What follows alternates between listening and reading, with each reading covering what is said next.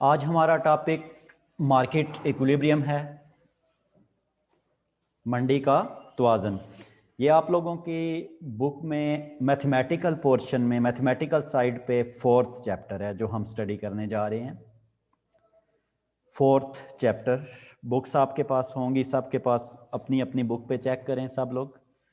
Mathematical side economics chapter number 4 equilibrium analysis in economics, माशियात में तवाज़नी तज्ज़िया।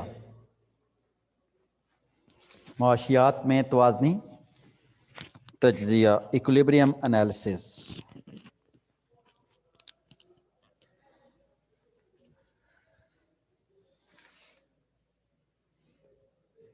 इस इक्विलिब्रियम एनालिसिस में हम दो टॉपिक स्टडी करेंगे, एक मार्केट इक्विलिब्रियम और एक नेशनल इनकम इक्विलिब्रियम।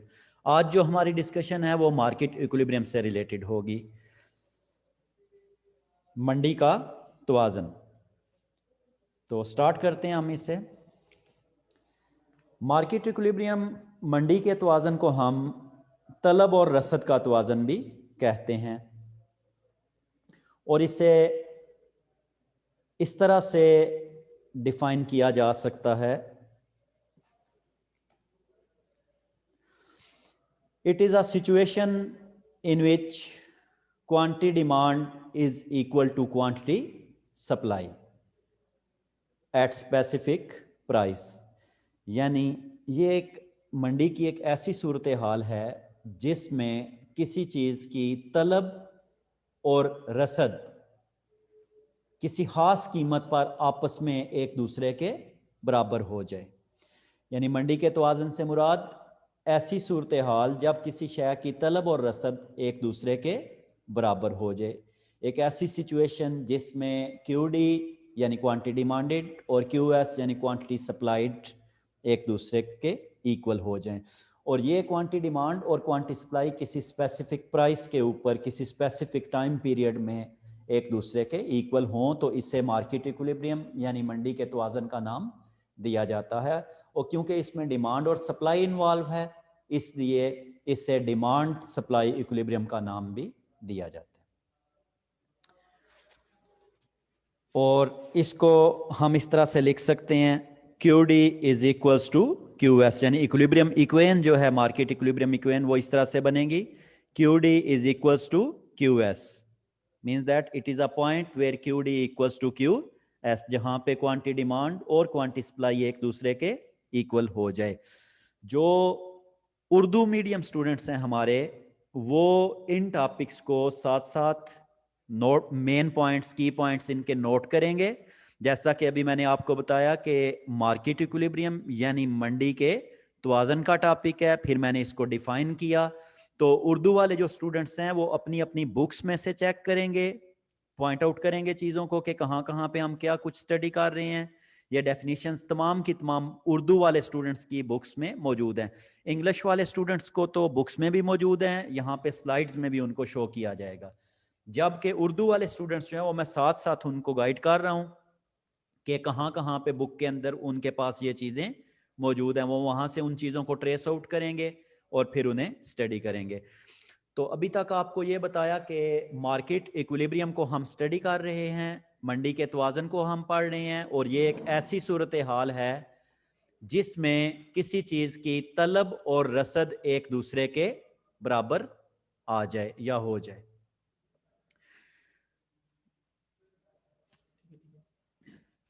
मज़ीद इसमें हम स्टडी कर लेते हैं इक्विलिब्रियम प्राइस और इक्विलिब्रियम क्वांटिटी को। इक्विलिब्रियम प्राइस मीन मुतवाज़न कीमत, मुतवाज़न कीमत, equilibrium price.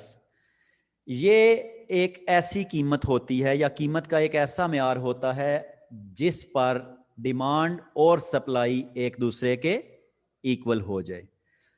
It is a price level at which quantity demand is equal to quantity supply and it is denoted by P bar। मुतवाज़न कीमत ऐसी कीमत जो तलब और रसद को बराबर कर दे, यानी या फिर हम ये कह सकते हैं ऐसी कीमत जिस पर किसी चीज की तलब और रसद आपस में बराबर हो जाए, उसे मुतवाजन कीमत का नाम दिया जाता है। इसके बाद है इक्विलिब्रियम क्वांटिटी, मुतवाजन मिकदार।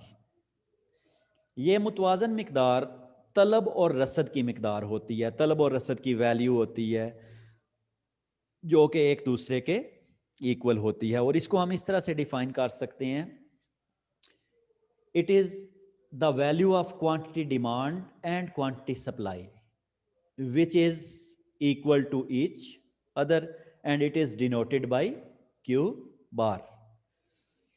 दो चीजें हैं, एक इक्विलिब्रियम प्राइस जो कि पी बार से रिप्रेजेंट करेंगे हम, और दूसरी है इक्विलिब्रियम क्वांटिटी। और ये इक्विलिब्रियम क्वांटिटी डिमांड और सप्लाई की वैल्यू होगी जो कि एक दूसरे के लाजमी इक्वल होनी चाहिए। क्योंकि मार्केट इक्विलिब्रियम में हम स्टडी कर चुके हैं कि मार्केट इक्विलिब्रियम ऐसी सूरत हाल है जिसमें डिमांड और सप्लाई एक दूसरे के बराबर हो जाएगी किसी स्पेसिफिक प्राइस पे। तो वो जो स्पेसिफिक प्राइस होगी उसे इक्विलिब्रियम प्राइस का नाम दे दिया जाएगा, और जो डिमांड और सप्लाई की वैल्यू होगी उसे इक्विलिब्रियम क्वांटिटी का नाम दिया जाएगा। पहले मैं ये मार्केट इक्विलिब्रियम से रिलेटेड जितने भी कंसेप्ट्स हैं इनको थ्योरेटिकली आपको बताऊंगा, क्योंकि हमने इन तमाम चीज़ों को माइक्रो इकोनॉमिक्स यानी बुक की जो सेकंड साइड है उसके 4th चैप्टर में भी स्टडी करना है। और यहाँ पे भी मैथमेटिकल साइड में भी ये 4th चैप्टर ही बन रहा है जहाँ पे हम इसको मैथमेटिकल स्टडी करेंगे, लेकिन उसे मैथमेटिकल सॉल्व आउट करने से पहले आपको इन तमाम चीज़ों के बारे में बताना ज़रूरी है। इसके बाद नेक्स्ट पे हम डिमांड और सप्लाई फंक्शंस को स्टडी करते हैं, जो दो मेन एलिमेंट्स हैं मार्केट इक्विलिब्रियम के, एक क्वांटिटी डिमांड और एक क्वांटिटी सप्लाई। हम उन दोनों के फंक्शंस को सेपरेटली स्टडी कर लेते हैं। तो इन दोनों में सबसे पहले डिमांड फंक्शन को स्टडी करेंगे। डिमांड फंक्शन जो है ये डिमांड और प्राइस के इन्वर्स रिलेशनशिप को रिप्रेजेंट करने वाला एक फंक्शन है, जो कि ये बताता है कि जब प्राइस इंक्रीज हो तो डिमांड डिक्रीज हो जाती है। यानी it shows negative relationship between price and quantity demand, and it is explained as QD is equals to function of P. Quantity demand is the function of P. P price के लिए और QD तलब के लिए या मिकदारे तलब के लिए। और इसे कैसे पढ़ा जाएगा? तलब कीमत का तफाल है, यानी तलब का इन्हिसार कीमत पर है। Demand depends on price level, demand depends on price level. जैसा कि इससे ऊपर हमने स्टडी किया कि नेगेटिव रिलेशनशिप है इन दोनों में। नेगेटिव रिलेशनशिप या इनवर्स रिलेशनशिप का मतलब ये कि इन दोनों में से जो प्राइस लेवल है, जो कि इंडिपेंडेंट वेरिएबल के तौर पे यहाँ रखा गया है, जब उसमें चेंज आएगा तो डिमांड में उसके ऑपोजिट चेंज आना चाहिए। डिमांड फंक्शन के अंदर इन दोनों एलिमेंट्स, दोनों वेरिएबल्स के दरमियान इनवर्स रिलेशनशिप एग्जिस्ट करेगा। और अब हम इस इनवर्स रिलेशनशिप को एक्सप्लेन करते हैं, जैसा कि ये देख सकते हैं आपकी स्क्रीन पे एक एरो, अपवर्ड एरो पी की तरफ शो किया गया है। Upward arrow means increase and we explain it as when there is increase in price then demand will be decreased. इन दोनों एरोज की डायरेक्शन आप चेक कर सकते हैं कि प्राइस की तरफ जो एरो है वो अपवर्ड मूव कर रहा है। It means when there is increase in price, यानी जब किसी चीज की कीमत में इजाफा हो जाए तो रिजल्टेंटली क्या होगा? डिमांड की साइड पे डाउनवर्ड एरो आप चेक कर सकते हैं, जो कि इस बात को बयान कर रहा है कि डिमांड कम हो जाएगी। यानी जब कोई चीज महंगी हो जाएगी, उसकी कीमत बढ़ जाएगी, तो हमारी तरफ से उसकी डिमांड में कमी आ जाएगी।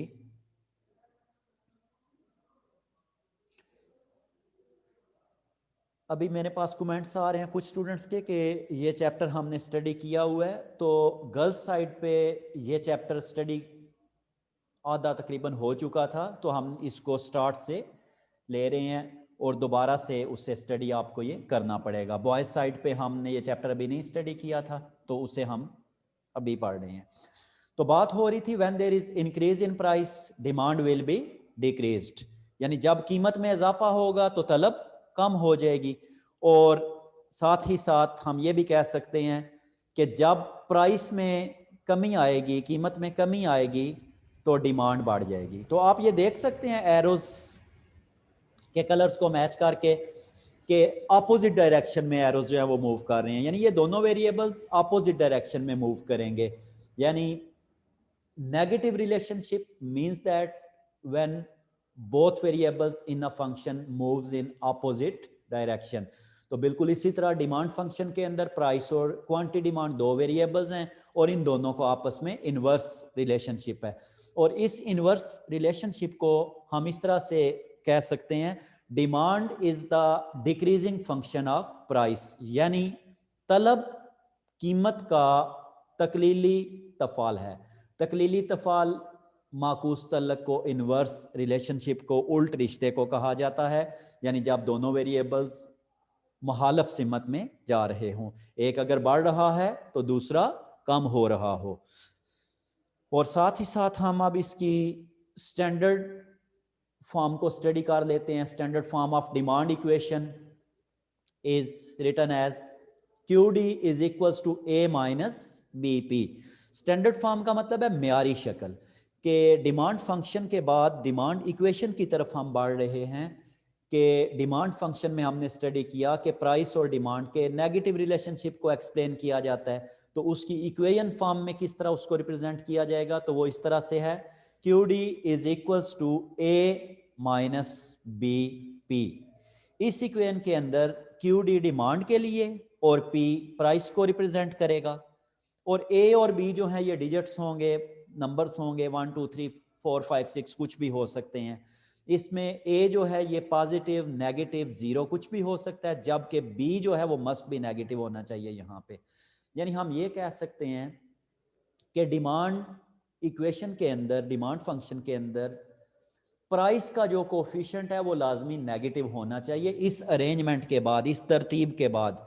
और ये तरतीब क्या है, डिमांड यानी QD एक साइड पे और बाकी सारे टर्म्स या एलिमेंट्स इक्वेशन की दूसरी साइड पे जब हों और प्राइस के साथ नेगेटिव कोएफिशिएंट आ रहा हो, तो ये डिमांड फंक्शन को रिप्रेजेंट करेगा। अब हम इसकी एक एग्जांपल चेक कर लेते हैं। जैसा कि आपको कहा कि A और B की जगह पे डिफरेंट डिजिट्स होंगे, QD की जगह पे QD ही है और प्राइस की जगह पे प्राइस ही है। तो आप इस एग्जांपल को चेक कर सकते हैं, QD is equals to 15 minus 3P। चीजों को साथ साथ नोट करेंगे आप लोग, स्पेशली उर्दू वाले students. QD is equals to 15 minus 3P। तो ये एक एग्जाम्पल है, इसमें 15 और 3 की जगह पे कोई सा भी डिजिट हो सकता है। कंडीशन ये है कि ये जो 3 के साथ नेगेटिव साइन है ये नेगेटिव ही होना चाहिए डिमांड फंक्शन के अंदर। नेक्स्ट पे हम सप्लाई फंक्शन की तरफ बढ़ते हैं। तफाले रसद, डिमांड फंक्शन यानी तफाले तलब, और अभी हम पढ़ रहे हैं सप्लाई फंक्शन तफाले रसद। इसे हम इस तरह से बयान कर सकते हैं कि तफाले रसद कीमत और रसद के मुस्बत रिश्ते को बयान करता है। It shows positive relationship between price and quantity supply. इससे पीछे डिमांड फंक्शन में हमने पढ़ा था कि वेरिएबल्स दोनों यही हैं, यानी प्राइस और क्वांटिटी, लेकिन उधर क्वांटिटी डिमांड थी और इधर क्वांटिटी सप्लाई है, जबकि प्राइस दोनों में कॉमन है। उधर नेगेटिव रिलेशनशिप था डिमांड फंक्शन में और इधर इन दोनों के अंदर पॉजिटिव रिलेशनशिप है, यानी ये इंक्रीजिंग फंक्शन होगा। और इसे हम इस तरह से लिखेंगे, QS is equals to function of price, यानी रसद कीमत का तफाल है, यानी किसी चीज की रसद कीमत पर इन्हसार करती है, यानी रसद का इन्हसार कीमत पर होता है। और ये किस टाइप का रिलेशनशिप है, पॉजिटिव रिलेशनशिप। पॉजिटिव रिलेशनशिप को हम इस तरह एक्सप्लेन करेंगे। Upward arrow mean increase in price, जब प्राइस बढ़ेगी तो सप्लाई भी बढ़ेगी। अब ऐसा क्यों हो रहा है? डिमांड में तो ऐसे था ना कि जब प्राइस बढ़ेगी तो डिमांड कम हो जाएगी। तो इसमें आपको ये बता दूं कि जो डिमांड होती है, जो तलब होती है, वो कंज्यूमर की तरफ से होती है और सारफ की तरफ से होती है, और हर सारफ या कंज्यूमर की कोशिश होती है कि उसके रिसोर्सेज कम से कम खर्च हों और ज़रूरियात ज़्यादा से ज़्यादा पूरी हो जाएं। इसलिए बढ़ती हुई कीमत पर वो डिमांड को कम कर देता है और कम होती हुई कीमत पर डिमांड को बढ़ा देता है। जबकि यहाँ पे सप्लाई फंक्शन के अंदर जो सप्लाई है, जो रसद है, वो आजरीन की तरफ से होती है, वो प्रोड्यूसर की तरफ से होती है। जिस तरह कंज्यूमर ने अपने रिसोर्सेज को प्रॉपर यूटिलाइज करना है, उसमें सेटिस्फैक्शन को मैक्सिमाइज करना है, बिल्कुल इसी तरह प्रोड्यूसर ने भी अपने रिसोर्सेज को प्रॉपरली यूटिलाइज करना है, यानी प्रोडक्शन को मैक्सिमम करना है और मैक्सिमम गेन, प्रॉफिट गेन करना है। तो इसलिए जब कीमत ज्यादा हो तो प्रोड्यूसर की कोशिश होती है कि ज्यादा चीज बेची जाए ताकि ज्यादा प्रॉफिट मिले, और जब कीमत कम हो तो डेफिनेटली सप्लाई कम हो जाएगी। तो इस तरह हमने सप्लाई फंक्शन को एक्सप्लेन किया कि प्राइस और सप्लाई में पॉजिटिव रिलेशनशिप है। जब कीमत बढ़ेगी तो रसद भी बढ़ेगी, और जब कीमत कम होगी तो रसद भी कम हो जाएगी। जितने भी लोग होते हैं वो तमाम के तमाम कंज्यूमर होते हैं, यानी डिमांड सब लोग कर रहे होते हैं, जबकि प्रोड्यूसर तमाम लोग नहीं होते। प्रोड्यूसर सिर्फ वही होते हैं जो किसी ना किसी प्रोडक्टिव एक्टिविटी में हिस्सा ले रहे होते हैं। सप्लाई प्रोड्यूसर की तरफ से और डिमांड कंज्यूमर की तरफ से होती है, ये बात ध्यान में रखनी है। मजीद आगे हम बढ़ेंगे और इसमें हम चेक कर लेते हैं कि supply is increasing function of price as shown by arrow above set. ऊपर जैसा कि तीर के निशानात से ये वाजे किया गया है कि सप्लाई किस तरह से कीमत का तकसीरी तफाल बनती है। तकसीरी तफाल मीन मुस्बत रिश्ता, यानी when both variable moves in same direction. Next we move towards standard form of supply equation. तफाले रसद या रसद की तफाली मुसावात की म्यारी सूरत। तो रसद की तफाली मुसावात की म्यारी सूरत इस तरह से लिखी जाएगी, QS is equals to C plus DP। इसमें भी बिल्कुल डिमांड की तरह ही हैं चीज़ें, डिमांड फंक्शन की तरह, सिर्फ QD की जगह पे QS लगा दिया गया है और A की जगह पे C और D की जगह पे B की जगह पे D। जो मेन थिंग है वो आपने देखनी है कि वहां पे नेगेटिव साइन था और यहाँ पे प्राइस का जो कोफिशिएंट है वो पॉजिटिव साइन के साथ आ रहा है, और ये इसलिए आ रहा है कि प्राइस और सप्लाई में पॉजिटिव रिलेशनशिप मौजूद होता है।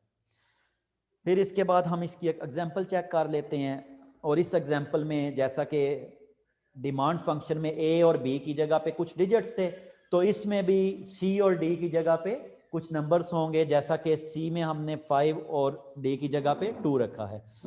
मेन थिंग यहाँ पे ये है कि आपने इस अरेंजमेंट के बाद प्राइस का कोफिशिएंट चेक कर लेना है कि एक साइड पे क्वांटिटी सप्लाई और दूसरी साइड पे कांस्टेंट और प्राइस वेरिएबल के साथ दूसरी टर्म हो, तो प्राइस का coefficient must be positive in supply function.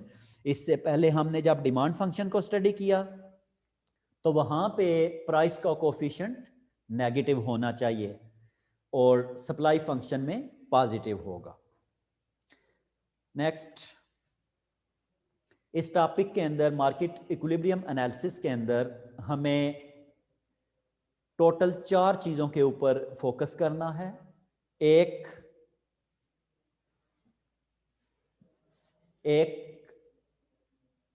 Equilibrium price P बार, दूसरा इक्विलिब्रियम क्वांटिटी यानी मुतवाजन कीमत Q बार, और तीसरे नंबर पे आ जाएगा इलास्टिसिटी ऑफ डिमांड, तलब की लचक। इलास्टिसिटी ऑफ डिमांड, तलब की लचक।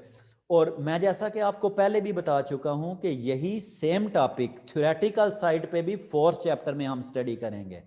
अभी फिलहाल हम इसे मैथमेटिकल साइड पे 4th चैप्टर में स्टडी कर रहे हैं, क्योंकि यहाँ पे हमें डिफरेंट क्वेश्चंस आएंगे और हमें उन्हें सॉल्व करते हुए इन चारों चीज़ों को फाइंड आउट करना होगा।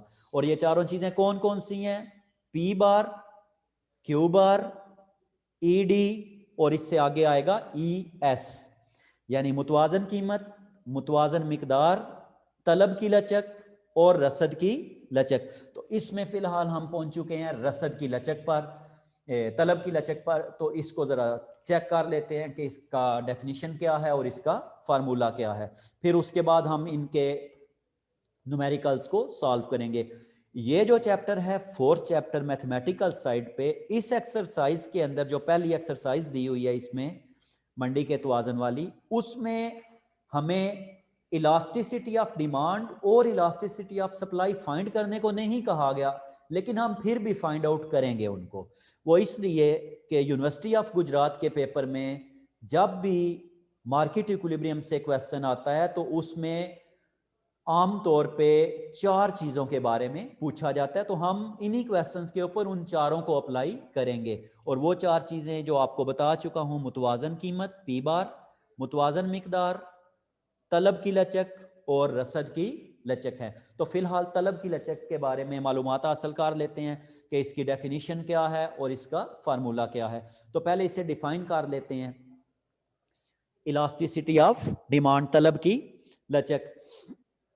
तो इसमें हम ये कह सकते हैं कि जैसा कि हम डिमांड फंक्शन में स्टडी कर चुके हैं कि जब प्राइस बढ़ती है तो डिमांड कम हो जाएगी। तो प्राइस की वजह से डिमांड में ये जो चेंज हम मेजर करेंगे उसे हम इलास्टिसिटी ऑफ डिमांड कहते हैं, तलब की लचक कहा जाता है। हम इसे इस तरह से डिफाइन कर सकते हैं, measuring the proportionate change in demand due to proportionate change in price. यानी हम परसेंटेज चेंज देखेंगे दोनों चीजों में, प्राइस में भी और डिमांड में भी, कि प्राइस की वजह से डिमांड कितने परसेंट चेंज हो रही है या डिमांड कितना इफेक्ट ले रही है प्राइस का, यानी कितनी इफेक्टिव है प्राइस से डिमांड, कि उसमें प्राइस बढ़ने से डिमांड में कितनी कमी आ रही है और प्राइस कम होने से डिमांड में कितना इजाफा हो रहा है। इसे हम इलास्टिसिटी ऑफ डिमांड का नाम देंगे। थ्योरेटिकल साइड पे हम इसको फर्दर स्टडी करेंगे। फिलहाल हम क्योंकि मैथमेटिकल पॉइंट ऑफ व्यू से हम इसे स्टडी कर रहे हैं तो आपको इसकी डेफिनेशन और फार्मूला को फोकस करना है। नीचे देख सकते हैं आप, लिखा हुआ है formula ED। ED is the symbol of elasticity of demand. ED is equals to DQD over DP, means that difference in quantity demand over difference in P multiplied by P over QD। इसमें ये जो DQD और DP वाला element है ये है derivative of demand equation, यानी जो हमें डिमांड इक्वेशन दी जाएगी जिसकी स्टैंडर्ड फॉर्म अभी अभी स्टडी की है हमने, ये उसका डेरिवेटिव है। डेरिवेटिव को हम उर्दू में तफरकी सार का नाम देंगे। वैसे ये मैथ की साइड पे तफरकी सार हमें चैप्टर नंबर 6 में स्टडी करना है, लेकिन अभी इस चैप्टर में ये डेरिवेटिव्स जितने यूज होने हैं वो मैं आपको इसी लेक्चर में बता दूंगा कि डेरिवेटिव्स क्या होते हैं और डेरिवेटिव्स को किस तरह से फाइंड किया जाता है। तो यहां पे DQD और DP डेरिवेटिव के लिए यूज होगा। इसको हम ऐसे भी पढ़ सकते हैं, difference in QD due to difference in price, यानी डिमांड में तब्दीली प्राइस की वजह से मालूम करना डेरिवेटिव कहलाता है डिमांड फंक्शन का, इनटू P ओवर QD। तो ये जो P है ये प्राइस लेवल के लिए है और QD जो है वो डिमांड लेवल के लिए है, क्वांटिटी डिमांड के लिए है। तो हम जब न्यूमेरिकली सॉल्व आउट करेंगे डिफरेंट क्वेश्चंस को तो फिर आपको मजीद ये क्लियर होगा कि इस फार्मूला को अप्लाई किस तरह करना है न्यूमेरिकल्स के ऊपर। तो अभी फ़िलहाल आप इसको राइट डाउन कर लें, नोट डाउन कर लें इसको कि ये क्या फार्मूला है। तलब की लचक का formula ED is equals to DQD और DP इनटू P और QD। उर्दू वाले स्टूडेंट्स भी एज इट इज़ इस फार्मूला को याद करेंगे, एज इट इज लिखेंगे इसे। नेक्स्ट पे हम इलास्टिसिटी ऑफ सप्लाई की तरफ बढ़ते हैं। तो इलास्टिसिटी ऑफ सप्लाई रसद की लचक, इसे हम उर्दू में पढ़ेंगे। और जिस तरह डिमांड में हमने स्टडी किया था कि डिमांड में चेंज प्राइस की वजह से फाइंड आउट करना, इधर भी बिल्कुल वैसा ही है। डिमांड की जगह पे वर्ड सप्लाई आ जाएगा और इलास्टिसिटी ऑफ सप्लाई बन जाएगा। हम इसे इस तरह डिफाइन करेंगे, measuring the proportionate change in supply due to proportionate change in price.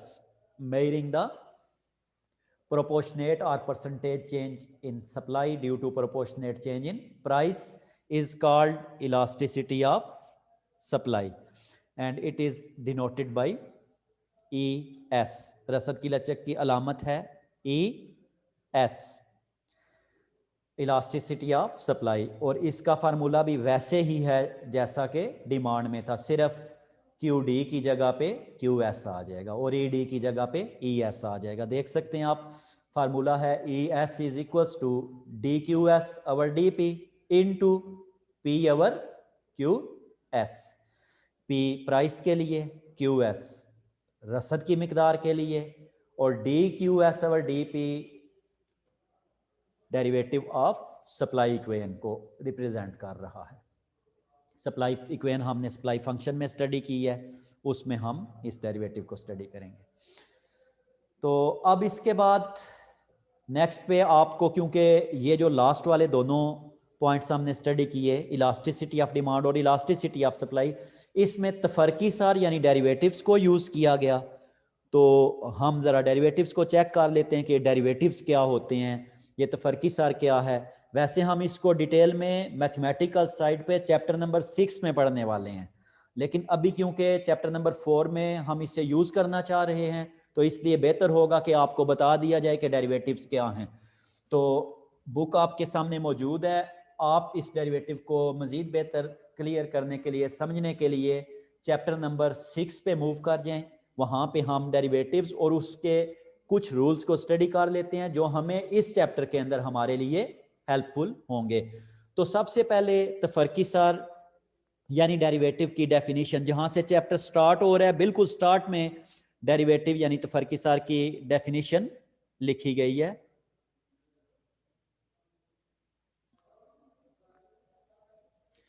तो इसमें आप देख सकते हैं लिखा हुआ है instantaneous rate of change of a function. Derivative में कैसे डिफाइन किया गया है, instantaneous rate of change of a function, यानी किसी तफाल की फौरी शरह तब्दीली को तफरकी सार का नाम दिया जाता है। अब ये क्या होता है इंस्टेंटेनियस रेट ऑफ चेंज? इसका मतलब ये होता है कि फंक्शन के अंदर दो वेरिएबल्स होते हैं, एक इंडिपेंडेंट और एक डिपेंडेंट। जैसा कि हमारे पास एक फंक्शन है y is equal to function of x, इसमें x इंडिपेंडेंट वेरिएबल यानी आज़ाद मुतगैयर और y ताबे मुतगैयर है। जिस तरह डिमांड फंक्शन में हमारे पास था QD is the function of P, उसमें प्राइस इंडिपेंडेंट और डिमांड डिपेंडेंट वेरिएबल था। तो बिल्कुल उसी तरह इसमें है y equal to function of x। तो इसमें डेरिवेटिव क्या होगा या कैसे होगा, या इस इंस्टेंटेनियस रेट ऑफ चेंज को हम कैसे डिफाइन करेंगे, वो आप नेक्स्ट स्टेप में देख सकते हैं। Derivative is dy over dx. dy means difference in y or change in y. It means change in dependent variable due to change in independent variable. इस लाइन को हम पढ़ेंगे due to यानी की वजह से, यानी y में तब्दीली x की वजह से। अगर हम डिमांड फंक्शन पे चले जाएं तो वहां पे होगा डिमांड में तब्दीली प्राइस की वजह से, यानी डिमांड फंक्शन का डेरिवेटिव क्या होगा, डिमांड में चेंज फाइंड करना जो कि प्राइस की वजह से आ रहा हो। इस रेशो को फाइंड करने का नाम है डेरिवेटिव। इस इंस्टेंटेनियस, इस कंटिन्यूअस रेट ऑफ चेंज को फाइंड करने का नाम है डेरिवेटिव। यानी दो वेरिएबल्स दिए गए हों, एक इंडिपेंडेंट और एक dependent. Independent variable usually right side of equation पे लिखा हुआ होता है, और डिपेंडेंट आमतौर पे इधर इकोनॉमिक्स में हमारे यूज में जो आ रहा है वो लेफ्ट साइड पे लिखा हुआ होगा। तो उसमें रेट ऑफ चेंज फाइंड करने के लिए हम डेरिवेटिव्स को यूज किया करते हैं। तो जैसा कि मैथमेटिकल साइड पे हमने देखा कि y equal to function of x एक फंक्शन हो तो उसका डेरिवेटिव होगा dy ओवर dx, यानी y में चेंज x की वजह से। और इसमें हम इसको इस तरह डिफाइन करेंगे, it means that change in y due to change in x, change in y due to change in x। तो अब हम इस डेरिवेटिव के कुछ रूल्स को स्टडी कर लेते हैं जो हमें इलास्टिसिटी ऑफ डिमांड और इलास्टिसिटी ऑफ सप्लाई मेजर करते वक्त यूज करने पड़ेंगे। तो इन रूल्स में आप अपनी बुक के अंदर जहां से चैप्टर नंबर 6 स्टार्ट हो रहा है मैथमेटिकल साइड पे, वहां से 5-6 पेज आगे देख सकते हैं लिखा हुआ है तफरीक़ात मालूम करने के कवायद, रूल्स ऑफ डिफरेंशिएशन या रूल्स ऑफ डेरिवेटिव्स। इसमें जो पहला रूल जो हम स्टडी करेंगे वो है कांस्टेंट फंक्शन रूल, साकन मिकदार का तफरकी सर। कांस्टेंट मतलब कोई डिजिट, कोई भी कांस्टेंट वैल्यू जो चेंज ना होती हो। तो हम इसे ऐसे लिखेंगे, the derivative of constant is equals to 0, यानी मुस्तकिल मिकदार का तफरकी सर हमेशा सिफर के बराबर होता है। मुश्किल मिकदार का तफरकी सार हमेशा सिफर होता है। ये एक रूल बन गया कि जब भी आपके सामने कोई कांस्टेंट वैल्यू आएगी, यानी वेरिएबल के बगैर कोई डिजिट आएगा, चाहे वो नेगेटिव है चाहे वो पॉजिटिव है, तो उसका डेरिवेटिव 0 हुआ करेगा। और हम इसको इस तरह से लिख सकते हैं, अगर फंक्शन हमें गिवन हो y equals to C, C mean any constant, any value, constant value, constant value mean without any variable, then derivative is dy over dx is equals to 0। तो ये बन गई है इस पहले रूल की स्टैंडर्ड फॉर्म, यानी if function is given y equals to f of x and f of x is any constant, y equals to c, then derivative is equals to 0। यानी कांस्टेंट का डेरिवेटिव जब लेना है तो वो हमेशा 0 होगा। नीचे इसकी एग्जांपल आप देख सकते हैं। एग्जाम्पल में हमें लिखा हुआ है y इक्वल्स टू 5, तो डेरिवेटिव इसका हो जाएगा 0।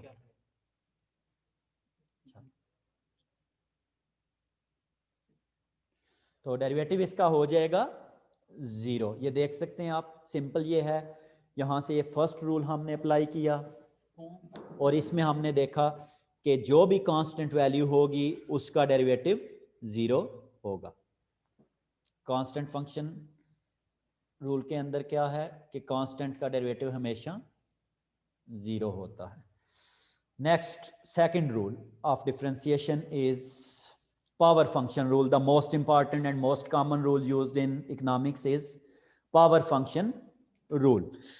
पावर फंक्शन रूल में ये तब अप्लाई होता है जब वेरिएबल किसी पावर के साथ दिया गया हो, कोफिशिएंट भी हो साथ और वेरिएबल भी हो। इस रूल को हम इस तरह से डिफाइन करेंगे, कुव्वत वाले तफाल का तफरकी सर इसका नाम है, और इसमें कुछ इस तरह से है, by taking derivative under this rule power is multiplied with coefficient. Power जो होती है वो किसी वेरिएबल की राइट साइड पे ऊपर दी जाती है, राइट साइड के ऊपर टॉप पे दी हुई होती है। किसी भी वेरिएबल या डिजिट के ऊपर जो डिजिट दिया होता है उसे पावर कहते हैं, और उससे लेफ्ट साइड पे किसी भी एलिमेंट से पहले जो लिखा होता है उसे नाम दे दिया जाता है कोएफिशिएंट का। तो पावर फंक्शन रूल के अंदर हम पावर को कोएफिशिएंट के साथ मल्टीप्लाई करेंगे और पावर में से 1 सब्ट्रैक्ट कर देंगे। क्लियर? इसको हम इस तरह से लिख सकते हैं, if function is y equals to ax power n, y equals to ax raised to the power n, then derivative is dy over dx is equals to n a x raised to the power n minus 1। तो जैसा कि इस rule को define किया गया था कि power को कोफिशिएंट के साथ मल्टीप्लाई करना है और पावर में से 1 लेस कर देना है। तो ये देख सकते हैं हमने इस रूल की स्टैंडर्ड फॉर्म आपके सामने लिखी, नीचे इसकी एक एग्जांपल लिखी हुई है। If we have y equals to 5 raised to the power x cube, then the derivative is taken as dy over dx is equals to 15x square। ये कैसे आया 15x square? 3 को 5 से मल्टीप्लाई किया और पावर पहले 3 थी, उसमें से 1 लेस कर दिया तो वो 2 आ गई। तो पावर फंक्शन रूल को कैसे अप्लाई करना है? पावर को कोफिशिएंट के साथ मल्टीप्लाई करके पावर में से 1 लेस कर देना है। और फिर इसके बाद नेक्स्ट रूल हमारे सामने आ जाएगा सम एंड डिफरेंस रूल, जमा और तफरीक का कायदा। जमा और तफरीक का कायदा, इसमें क्या होगा? इसमें डिफरेंट टर्म्स दी जाती हैं और उनके दरमियान पॉजिटिव या नेगेटिव का सिंबल होगा और हम इससे अलग अलग तमाम टर्म्स का डेरिवेटिव ले लेंगे और इसको हम इस तरह से लिख सकते हैं स्टैंडर्ड फॉर्म में, if we have y equals to f of x plus minus g of x। ये f of x और g of x न्यूमेरिकली हमें कुछ टर्म्स दी जाएंगी with some numbers and some variables, और इसका डेरिवेटिव हम लेंगे, एफ ऑफ एक्स का डेरिवेटिव अलग से ले लेंगे और जी ऑफ एक्स का डेरिवेटिव अलग से ले लेंगे, और बीच में जो भी सिंबल आ रहा है प्लस या माइनस वो एज इट इज आ जाएगा। एग्जांपल इसकी चेक कर सकते हैं आप। If we have y equals to 5x cube plus 4x square minus 5, then derivative is taken as 5x cube का डेरिवेटिव जैसा कि अभी अभी हमने फाइंड किया 15x स्क्वायर, फिर प्लस साइन आ गया, फिर 4x स्क्वायर का डेरिवेटिव 8x होगा, यानी 2 को 4 से मल्टीप्लाई कर दिया और 2 में से 1 लेस कर दिया, फिर माइनस 0। ये 0 कैसे आया? अभी अभी फर्स्ट रूल में हमने स्टडी किया कि कांस्टेंट का डेरिवेटिव 0 होता है। तो इस तरह से इसको सिंप्लीफाई करके हमने dy over dx equals to 15x square plus 8x। तो इस तरह से ये 3 रूल्स हैं जो मैंने अभी आज आपको पढ़ाए हैं, इनको हम यूज किया करेंगे और हम इलास्टिसिटी ऑफ डिमांड और elasticity of supply find out किया करेंगे। तो इंशाल्लाह नेक्स्ट लेक्चर में हम न्यूमेरिकल क्वेश्चंस चैप्टर नंबर 4 की एक्सरसाइज 1 को स्टार्ट करेंगे। तब तक आप इन फार्मूलाज को रिवाइज करेंगे।